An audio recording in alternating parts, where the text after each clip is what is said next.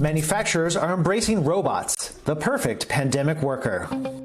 Orders for automated machines are up 30% at manufacturers like Eastman Machine Company as producers race to meet booming demand as economies recover, but face a skilled labor shortage and continuing virus concerns. The demand is basically exploding, so you just need somebody to understand how to set the machine and push the button and run it. The Buffalo, New York-based company designs and manufactures machines that cut specialty materials like carbon fiber and fiberglass, increasingly in demand for cars, aerospace, and wind turbines. Their backlog now extends to June, the company's longest. During the pandemic, the company itself added more automation as it upgraded processes. Now, despite high unemployment, the biggest challenge is finding skilled workers. So if you're paying a union guy a good wage, which is around $25 an hour with benefits, he's making $50,000, $60,000, $70,000 a year. Instead of being one product line, he can use 3 or 4 machines. Now divide that by 4, and suddenly you're competitive worldwide. It's all part of the pandemic accelerated automation boom as food, clothing, pharma, and essential item manufacturers increase automation during the pandemic to allow for fewer employees and more social distancing. Factories digitized controls so machines could be operated and maintained remotely by fewer on-site employees. Sensors and machine learning replaced or reduced inspectors. Repetitive tasks became mechanized. Manufacturing employment grew at its fastest level last month since the pandemic began, increasing by 50,000. But that is still about 500,000 fewer employed manufacturing workers than a year ago.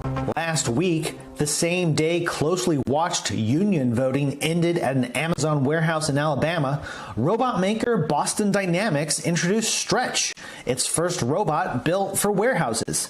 With suction cup grips, it can lift up to 50-pound boxes 800 times an hour and never needs bathroom breaks.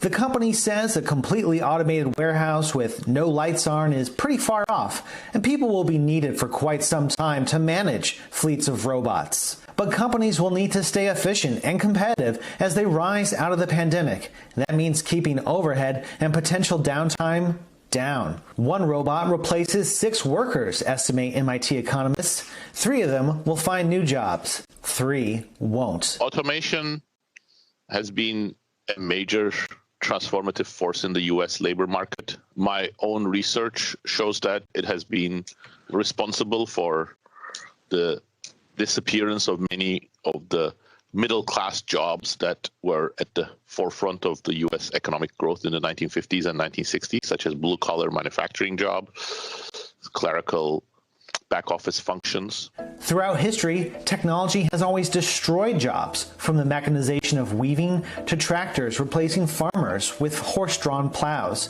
But the new technologies also allowed the economy to grow faster and new jobs emerged. Jobs for which workers used to be qualified for, and they used to be good jobs that created careers, job security, and paid high wages. Those jobs are disappearing, and we're not training workers for the new types of jobs that may exist. The problem is one for education, society, government, and business.